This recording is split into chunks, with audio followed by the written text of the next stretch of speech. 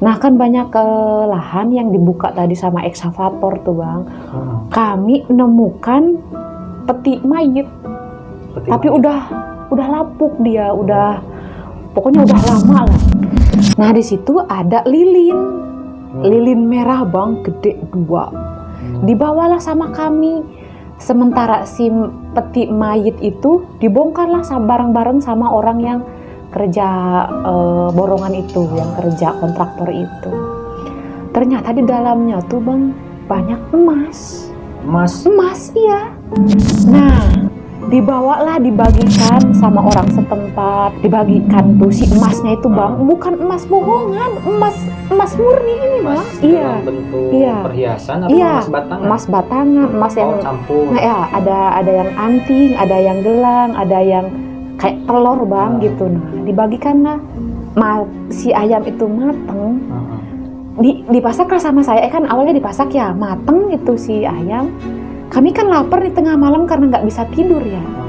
Ternyata si ayam itu nggak ada bang sama sekali di kuali itu. Bayangin coba. Assalamualaikum warahmatullahi wabarakatuh. Selamat malam teman-teman. Kali ini saya kedatangan seorang narasumber dari daerah Tasikmalaya. Dan beliau dulu pernah merantau ke Kalimantan selama mungkin 14 tahun ya. Nanti kita tanya sedetail mungkin kepada narasumber kita. Dan beliau itu mempunyai banyak cerita tentang pengalamannya di Kalimantan. Assalamualaikum, selamat malam. Ini saya panggilannya harus apa? Teteh aja. Selamat malam Teh. Malam. Teh katanya dulu pernah di Kalimantan selama berapa lama Teh? 14 tahun. 14 tahun. 14 tahun, kurang lebih 14 tahun. Tahun berapa tuh Kalimantan? Tahun 2006 sampai 2018. 2006 sampai 2018. Tujuan ke Kalimantan itu apa Teh? Dulu transmigrasi lah. Program transmigrasi. Program transmigrasi.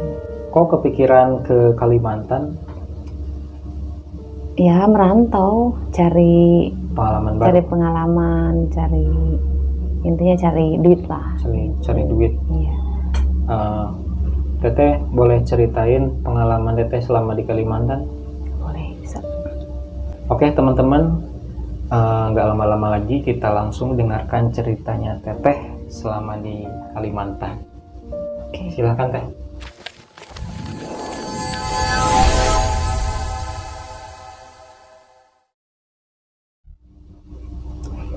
Jadi waktu itu tahun 2014 kami nggak ada rencana untuk kemana-mana, tapi kawan-kawan menyarankan merantau.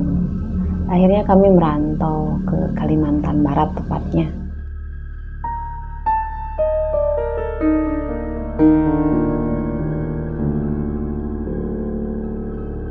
Sambas. Dari sini perjalanan kami 2 hari 2 malam karena naik kapal laut. Nyampe ke sana otomatis kan hutan belantara ya bang ya. Hutan belantara gelap tuh, nggak ada sama sekali listrik, belum masuk. Sebelum nyampe ke tempat transmigrasi ini melewati sungai yang perjalanannya tuh cukup lumayan lama. Naik kapal? Naik kapal, iya. Semua perabotan dari Jawa itu dibawa lah, pokoknya sebisa mungkin lah dibawa gitu. Nah perjalanan sungai ini banyak yang capek kali ya bang, banyak yang mabuk, entah pokoknya sampai banyak yang sakit lah. Nah perjalanan di sungai itu kan sekitar seharian lah ya, seharian. Nyampe ke sana ternyata hutannya tuh hutan luar biasa. Hutan banget. Hutan banget pokoknya. Ke sana tuh kan sama sekali belum ada penerangan ya bang. Kami bawa senter masing-masing sampai berteriak, "Kuy!" Cuma gemak yang balik ke kami itu gemak iya. Kayak gitu. kita berteriak Iya. ke alam terbuka, ada jadi gitu. uy gitu bang. Nah semacam iya. kayak gitu. Pokoknya udah serem kami tuh, udah keadaan capek, lapar, nyampe sana malam, nggak ada siapa-siapa yang nyambut ya. Nyampe ke sana tuh seadanya masak apa yang dibawa sama kami gitu. Keesokan harinya siang lah bang, nyampe sana bersih-bersih rumah, cari rumah, kan dikocok tuh si rumah tuh. Sambil datanglah pemerintah siangnya. Dikocok apa? Dikocok rumah, nomor rumah. Oh, bagian kita. Iya, buat kakak gitu, buat masing-masing kakak gitu. Datanglah pemerintah tuh ya, pengurus pemerintah gitu sambil bawa jatah hidup gitu ya. Selama untuk sebulan, kacang, minyak, beras, asin, pokoknya mie yang kebutuhan pokok makanan lah gitu untuk sehari-hari. Selama 2 tahun itu kami dijatah. Nah pas lama-kelamaan sebulan 2 bulan kami kan buka lahan. Rumah tuh bang udah ketutup sama rimbunan yang pokoknya lebat banget. Dilemparin lah itu si rumah biar ketahuan di mana posisi rumah itu. Pakai batu. Kalau bunyinya saking tertutupnya itu rumah sama rimbunan daun-daunan sama rumput-rumput yang tumbuh lah. Dilemparin sama batu, terus suaranya kan treng. Nah baru ketahuan oh itu berarti rumah kami nih. Nah ditebas, barulah nyampe ke rumah itu kalau ini benar-benar rumah gitu. Dibersihin sebulan ke 2 bulan sambil ditanamin. Seiring waktu si tanaman lah hijau gitu. Bingung nih kami di sana kerja apa. Sampai di sana kan hujan banjir akhir tahun waktu itu. Nah kebetulan si Jadub ini terlambat datangnya bulan ketiga ini. Tapi kan hujan deras tuh bang. Kami kesusahan nih makan, kelaparan. Warga di situ kelaparan. Tapi tumbuh si jamur. Kami makan jamur itu selama hampir kurang lebih mungkin 1 mingguan lah bang. Sampai maaf nih, berak kami dicabutin tuh jamur semua bang. Ya. Pokoknya tetangga ke tetangga kami kan mengenal satu sama lain ya, dari Bandung, dari Jawa, dari Garut, pokoknya semua campur aduk. Pokoknya perkenalan itu ada sedihnya, ada gembiranya, pokoknya ketemu sama kawan-kawan banyak suku lah dari Jawa gitu. Kami cerita kalau kami tuh ya berak jamur itulah bang, iya. Terus bulan ke bulan, tahun ke tahun kami melamarlah kerjaan sampai dapatlah kerjaan kami, penghasilan menambah gitu kan. Nah lama-lama kelamaan kan banyak yang membuka lahan baru tuh bang, ular, babi, pokoknya yang gitu-gitu tuh udah termasuk. Iya, udah. Bagi kami awalnya takut bagi kami awalnya ada ular besar, babi, pokoknya takut lah. Tapi lama kelamaan kalau kayak udah terbiasa gitu bang. Nah kan banyak lahan yang dibuka tadi sama ekskavator tuh bang. Kami nemukan peti mayit.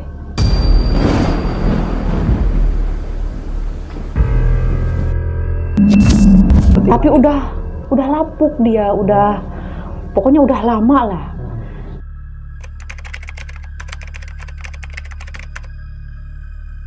Nah di situ ada lilin merah bang, gede 2. Dibawalah sama kami.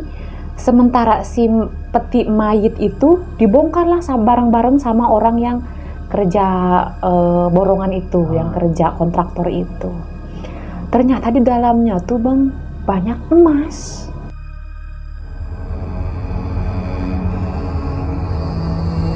Emas iya. Nah dibawalah, dibagikan sama orang setempat, dibagikan tuh si emasnya itu bang, bukan emas bohongan, emas murni ini bang. Iya. Bentuk perhiasan atau emas batangan? Emas batangan, emas yang campur. Nah ya ada yang anting, ada yang gelang, ada yang kayak telur bang gitu. Nah dibagikanlah sama orang setempat itu. Nah, saya kebetulan sama mantan suami saya, maaf ya, mantan suami saya masih, waktu itu masih sama suami lah. Dibawa itu si lilinnya tuh yang gede bang, 2. Kebetulan pas malam ke rumah tuh pulangnya malam Jumat. Pas kebetulan mau puasa. Kalau ceritanya itu munggahan lah bang. Nah, dinyalain lah tuh si lilin dua-duanya. Kami kan biasa kalau mau munggahan tuh suka potong ayam ya bang. Munggahan itu pesta sebelum kita menjelang bulan suci Lebaran, Ramadan. ya munggahan. Nah, dipotonglah ayam itu. Kan masak biasa sore-sorenya itu. Nah, si lilin itu dinyalain. Kok suasana rumah jadi hening gitu bang. Pas lilin itu dinyalain. Pas lilin itu dinyalain. Udah kata suami saya, nggak apa-apa tidur aja katanya gitu. Kan lain, kami nggak bisa tidur itu bang. Karena suasananya itu jadi hening gitu. Pas si ayam itu mateng, dipasak lah sama saya. Kan awalnya dipasak ya, mateng itu si ayam. Kami kan lapar di tengah malam karena nggak bisa tidur ya. Ternyata si ayam itu nggak ada bang sama sekali di kuali itu. Bayangin coba, nggak ada sama sekali. Yang tadinya dari apapun itu ayam belum sama sekali dimakan, belum sama sekali diambil ya. Ternyata tengah malam itu nggak ada bang. Bayangin coba. Terus gimana? Entah kemana itu. Ya makin takut lah kami serumah. Nah, pas besok paginya lah, ceritalah kami sama orang yang bawa emas-emas itu. Ketemu lagi kan ke tempat kerjaan lagi ya. Orang yang cerita itu, si abang-abang yang cerita yang bawa emasnya itu cerita kalau mereka juga mengalami hal yang sama. Mengalami hal yang sama lah.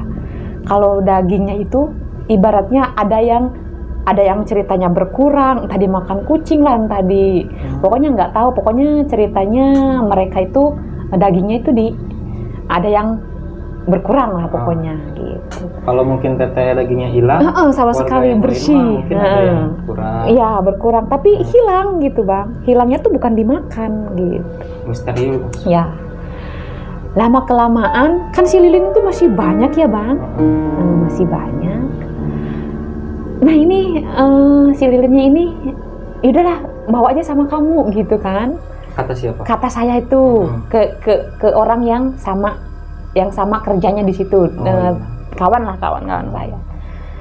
Nah si lilin itu dibawa sama dia satu, sama saya satu gitu, dinyalain juga malam besoknya. Ternyata suasananya itu masih sama, hening juga, pokoknya lain lah gitu. Nah si tetangga pun sama. Besoknya cerita ya gitu lagi gitu kan, ada kejadian pas malamnya ada babi itu bang yang diburu itu. Ya si babinya itu diburu, siangnya itu diburu si babinya.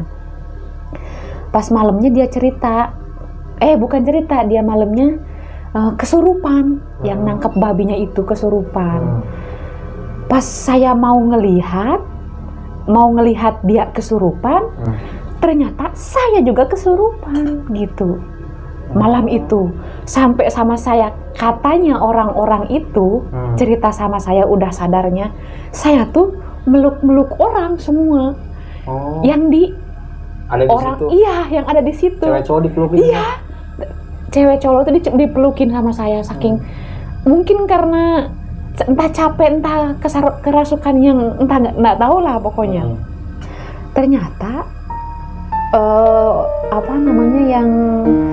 yang ngikutin saya itu katanya suka sama saya bang. Nah sama saya tuh nggak diambil pusing lah, yang penting saya sembuh lagi gitu bang. Lama kelamaan orang kok pada banyak yang kesurupan semenjak ngambil yang barang dari peti itu. Iya. Nah berunding lagi, kumpulin lagi gitu. Si emas itu harus dikumpulin lagi. Terus itu lilin yang udah dibakar gimana? Iya sama, dikumpulin juga iya. Akhirnya mereka gelar pesta lah bang, biar enggak mengganggu, biar enggak rohnya biar enggak kan udah terusik lah, mungkin bagi mereka tuh udah terusik lah gitu ya. Nah, digelarlah pesta sampai pukul gong gitu kan. Nah, semakin hening lah suasana tuh, kayak mencekam banget gitu loh Bang, malam pesta itu. Oh, justru mencekam ya? Malah makin mencekam. Nah, sebelum gelar pesta itu ternyata orang-orang banyak yang kesurupan lagi. Banyak yang kesurupan lagi Bang. Ada 3 orang itu. Sampai mereka yang pegang pun kewalahan. Ada yang bilang, jangan dikemana-manain barang saya, sampai cakar-cakar muka, sampai berantakan pokoknya itu. Si orang-orang yang kesurupan itu. Ada yang berak-berak juga di situ, sampai dimakanin tuh Bang beraknya. Saking kesurupannya itu. Nah, terus kan ada ketua adat yang yalah sakti lah Bang, diituin lah, diredain gitu kan. Diredain, terus alhamdulillahnya bisanya ketanganin gitu, bisa orang-orang yang kesurupan bisa sembuh lagi. Iya. Itu pernah nggak sempat nanya ke orang sakti itu, apa istilahnya orang yang dituain di situ, pernah nggak nanya ini kejadian ini apa sih gitu? Iya. Pernah nanya kayak gitu? Iya, didalemin lagi, ditanya lagi sama orang-orang ini, kenapa kok kejadiannya gini? Ternyata ada sangkut pautnya itu sama peti mati itu Bang. Iya. Makanya ini kami ada kumpulin warga biar tahu, katanya daerah ini tuh gini. Jangan suka sembarangan ngambil anu gitu. Ini ibaratnya masih mistis lah Bang, masih jadi penghuni baru, tanah baru, bukaan baru, ya harus saling menghormati kata. Tapi yang saya amati tadi, mungkin ya di daerah yang Teteh tinggal itu sebelumnya itu banyak mungkin adalah pemukiman warga di situ kali ya. Iya. Terus ada makam apa. Iya, benar Setelah Bang. itu mungkin nggak ada lagi penghuninya, jadi hutan. Terus mungkin datanglah Teteh sama rombongan. Iya. Nah, ketemulah sama ini peti jenazah itu kali ya. Mungkin seperti itu. Iya. Nah, sebelum yang peti jenazah yang banyak emasnya itu, kontraktor pun menemukan tahunnya itu 85 tugu. Iya. 85. Iya. 85 itu tugu orang matinya itu. Berarti sekitar 20 tahunan yang lalu lah Bang. Sebelum kami masuk ke rumah ke hutan situ. Iya. Nah, di situ masih utuh barang-barangnya. Cuma karena lama ya mungkin. Tapi masih utuh, banyak barang yang kayak yang teko, yang kayak gitu-gitu Bang. Bahkan gitar pun masih ada, cuma udah lapuk ya. Oh, mungkin kebiasaan atau tradisi orang sana itu, bukan orang sana, kebiasaan orang yang tinggal di situ kayak gitu kali ya. Jadi mereka meninggal, terus barang-barang yang mereka cintai itu ikut dikuburnya gitu. Ya kayak gitu Bang. Pokoknya masih misterius, masih horor, masih gimana lah gitu itunya keadaan di namanya hutan kan. Ke-3 tahun, ke-4 tahun mulai aman. Terus kami pun kan kenal daerah satu sama lain ya. Udah bisa itu jauh ke kota Bang. Perjalanan ke kota itu sampai 5-6 jam melalui air gitu, nggak ada darat, nggak ada jalan darat. Jadi kalau ada belanja kapal yang ke situ apa sewa? Iya, kapal ke situ, itu pun ikut kayu. Jadi mereka ngambil kayu di hulu, kami mau ke pasar numpang gitu Bang. Jadi gitu, nggak sengaja si kapal itu cari penumpang. Nah, yang saya mau tanyain lagi nih Teh, tadi kan kata Teteh ada nemuin peti jenazah yang banyak hartanya lah gitu ya. Itu kan tadi belum sempat selesai tuh ceritanya. Setelah sama orang kampung situ dikumpulin kan.